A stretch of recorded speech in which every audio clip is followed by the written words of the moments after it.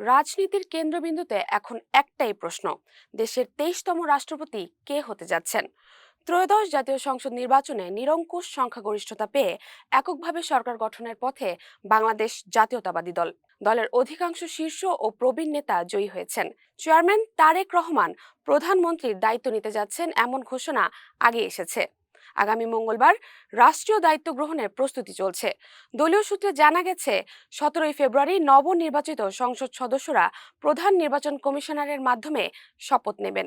একই দিনে বিকেলে জাতীয় সংসদের দক্ষিণ প্লাজায় প্রধানমন্ত্রী ও মন্ত্রিসভার শপথের মঞ্চ বসতে যাচ্ছে।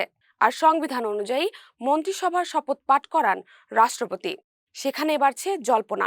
দলীয় আলোচনায় এগিয়ে রয়েছেন বিএনপির মহাসচিব মির্জা ফখরুল ইসলাম আলমগীর। বিশ্লেষকদের মতে ঠাকুরগাঁ 1 আসনের এই নির্বাচিত এমপি দীর্ঘ রাজনৈতিক অভিজ্ঞতা ও পরিচ্ছন্ন ভাবমূর্তির কারণে শক্ত অবস্থানে আছেন।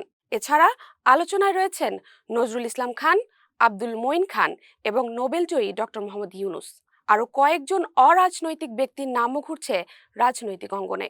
নতুন মন্ত্রিসভার খসড়াও প্রায় চূড়ান্ত। অভিজ্ঞ ও তরুণ নেতৃত্বের সমন্বয়ে ভারসাম্য আনার পরিকল্পনা চলছে। তবে আইন বিশেষজ্ঞরা সতর্ক করেছেন, সংবিধান বহির্ভূত কোনো পদক্ষেপ ভবিষ্যতে আইনি জটিলতা তৈরি করতে পারে।